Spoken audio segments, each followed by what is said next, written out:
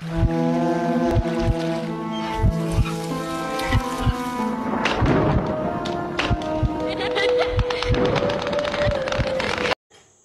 বন্ধুরা, কেমন আছো? আজকে জবা ফুল দিয়ে তোমাদের শুভ সকাল জানাচ্ছি। আশা করি আমার সব বন্ধুরা ভালো আছো, আর আমরাও ভালো আছি।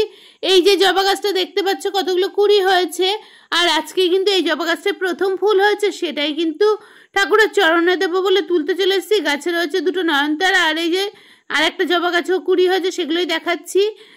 তো প্রথম জবা ফুল তোলার মজাই কিন্তু আলাদা, তুলে পুজো দেব।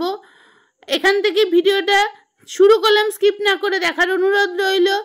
আর নিচের ফুলগুলো তো আমার আগে সকালে তোলা হয়ে গেছে, এখন ফুলগুলো ঠাকুর ঘরে রেখে দেবো। আমার কিন্তু রান্নাবান্নার কাজ কমপ্লিট হয়ে গেছে, তোমাদের দাদাভাই বেরিয়ে গেছে। এবার গ্যাস পরিষ্কার করে নিচ্ছি। রান্না কি করেছি সেটা আর এখন তোমাদের সাথে দেখালাম না। তো গ্যাসটা পরিষ্কার করে নেবো, রান্নাঘরটা পরিষ্কার করে নেবো। এখনও পুজোর কাজ হয়নি, পুজো করতে হবে। তো তারপরে বেরোনো আছে, সব মিলিয়ে কিন্তু ব্যস্ততা নিয়ে আজকের সকাল শুরু করলাম। তো তোমরা কেমন আছো? আমার পরিবারের সবাই ভালো আছে। আর এই যে চিরুনিগুলো খুব নোংরা হয়েছে, এগুলো বেসিনে জলে একটু করে ভিজিয়ে দিয়েছি, পরিষ্কার করে নেবো। গ্যাসটা পরিষ্কার করতে করতে ওগুলো ভিজে যাক। তো নোংরা চিরুনিটা পরিষ্কার করে নিতে হবে।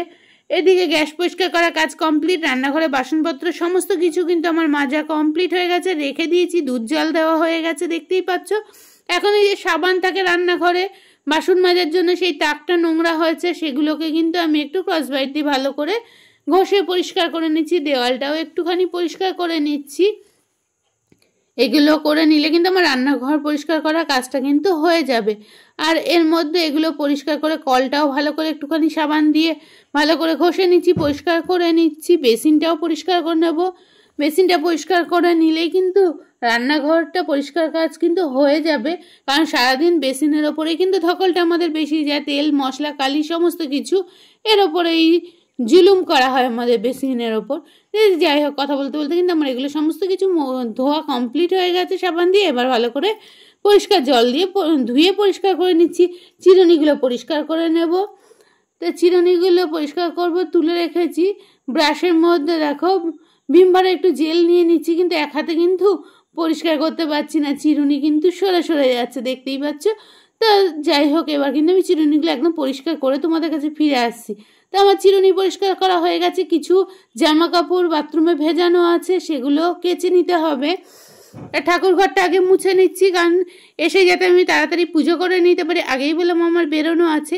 তারপর দেখো আমার মুখের অবস্থাটা শুধু দেখো।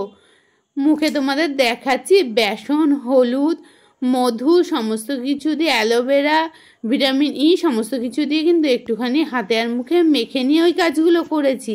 তো সেটাই কিন্তু আমি তোমাদের দেখাচ্ছি, কিন্তু কথা তো বলতে পারবো না। তো যাই হোক, এগুলো শুকিয়েও গেছে অনেকটাই, আর কাস্তে কাস্তে যেটুকু আছে সেটুকু শুকিয়ে গেছে। স্নান করে নিয়েছি, এখন পরে নেবো সিঁদুরটা। তো একটা সিঁথি করে নিচ্ছি কোনো রকমে, দেখো ঝটপট করে সিঁদুরটা লাগানোর জন্য। সিঁদুরটা না পরে কোনো কাজই আমরা করতে পারবো না। তো যাই হোক, সিঁদুর কিন্তু আমার পরা চলছে। সিঁদুর পরে এখন আমি চলে যাব ঠাকুর ঘরে। তো একটু ক্রিম মেখে নিলাম। ক্রিমটা কিন্তু মাখা তোমাদের সাথে দেখাতে পারিনি, টিপটাও পরে নিয়েছি। চলে যাচ্ছি এবার ঠাকুর ঘরের উদ্দেশ্যে। ঠাকুর ঘরে গিয়ে পুজোটা করে নিই ঝটপট করে। আর বাড়িতে কেউ নেই, তো কাজ করতে করতে আর তোমাদের সাথে গল্প করতে করতে কিন্তু আমি কাজ ছাড়ছি। তো চলে এসেছি আমি ঠাকুর ঘরে। এখানে দেখো সমস্ত কিছু রেডি করে রেখেছি। পুজোটাও আমার কিন্তু কমপ্লিট হয়ে গেছে, তোমাদের সাথে আর পুজো কিছু শেয়ার করিনি। এবার খেয়ে নিয়ে বেরোতে হবে, মানে টিফিন খাবো। টিফিনে খেয়েছি দুটো রুটি আর একটুখানি সস নিয়েছি, নিয়ে খেয়ে দিয়ে দৌড়। এবার টিফিন করে একটু বেরোনোর আছে, একটু কাজ আছে, সেই কাজগুলো করে এসে তারপরে ঠাকুরের বাসন মাজবো।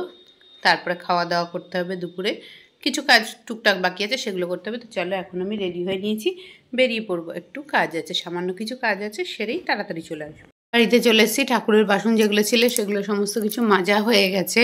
খুব সামান্য কাজ ছিল, সেটা রাস্তায় গিয়ে তোমাদের সাথে শেয়ার করতে পারিনি। এখন আমি খেয়ে নেব। তা আমি খেয়ে নেবো কী বলো তো, যেহেতু বাড়িতে কেউ নেই, তো রিকও সকালে খেয়ে গেছে, আর তোমাদের দাদাভাইও খেয়ে গেছে। তো নিজের জন্য দেখো কি কাণ্ড করে রেখেছি। এই যে এই ভাত দেখতে পাচ্ছ, ভাত আর পেঁয়াজ দিয়ে আলু ভাতে মেখে এই যে গর্তটা দেখতে পাচ্ছ ভাতের থালাতে, এই গর্তটা কিসের বলো তো? এর মধ্যে এই যে আলু দিয়ে ডিম দিয়ে একটা কারি করেছি, এটা এর মধ্যে এইভাবে বসিয়ে চাপা দিয়ে রেখে দিয়েছি।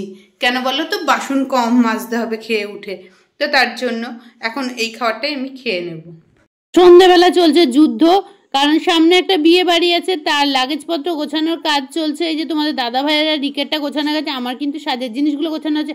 আর আমার ব্যাগটা দেখে কি মনে হচ্ছে বলো তো? ঘরে যেন পাহাড় রয়েছে একটা, সেটাকে ঠিক করে এখনো গোছানো হয়নি। তা পরের দিন সকালে চলে এসেছি, তোমাদের দাদাভাইকে টিফিনে করে দিয়েছি পরোটা, আলু পটলের তরকারি, আর এই যে মৌসুম্বি লেবু আর শশা কেটে দিয়েছি। এইগুলো সমস্ত কিছু দিয়ে দেবো। আর আজকে রান্নাতে ছিল বেশি কিছু নেই, ফ্রিজ পুরো ফাঁকা।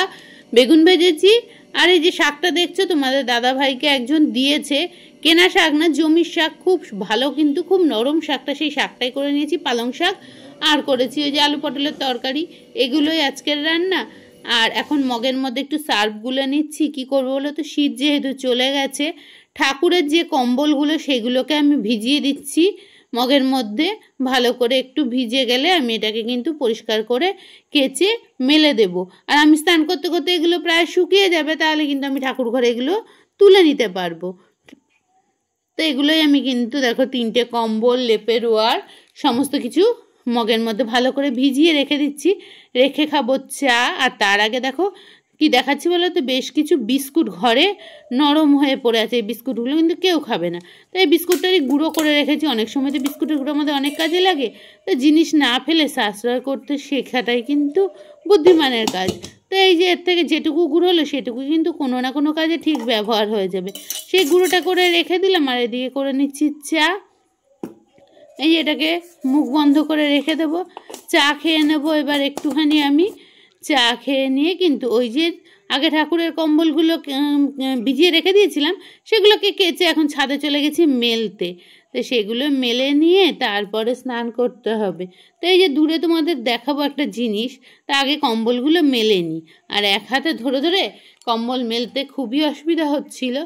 তো যাই হোক, এইভাবেই কিন্তু তোমাদের সাথে তো একটু শেয়ার করব বলে এইভাবেই কিন্তু আমি কম্বলগুলো মেলেছি। আর বাইরে কিন্তু ভালো রোদ্দুর আজকে, কি সুন্দর লাগছে সকালটা, সেটাও একটু শেয়ার করছি। এই যে ঠাকুরের কম্বলগুলো মেলা হয়ে গেছে। এবার কি দেখাচ্ছি বলো তো? এই যে দূরে দেখতে পাচ্ছ একটু প্যান্ডেল হয়েছে শিবরাত্রিতে, শিবের পুজো, সেই প্যান্ডেলটাই কিন্তু তোমাদের সাথে একটু শেয়ার করছি। হচ্ছে আমাদের বাড়ির পেছনে মাঠটাতে হয়েছে। আর এই যে দুপুরবেলা মানে বিকেলের দিকে প্রায় ঠাকুরটাকে কিন্তু পাড়ার ছেলেরা নিয়ে বাইরে মানে নিয়ে যাচ্ছে। কিসের জন্য বলো তো? ভাসানে যাবে বলে, তো তার জন্য কিন্তু নিয়ে যাচ্ছে, সেটাই একটু শেয়ার করে নিলাম। তো চলো আজকের ভিডিওটা কোনো অংশ যদি ভালো লাগে সাবস্ক্রাইব করে পাশে থেকে যেও, আর ফেসবুক থেকে দেখলে ফলো করে দিও।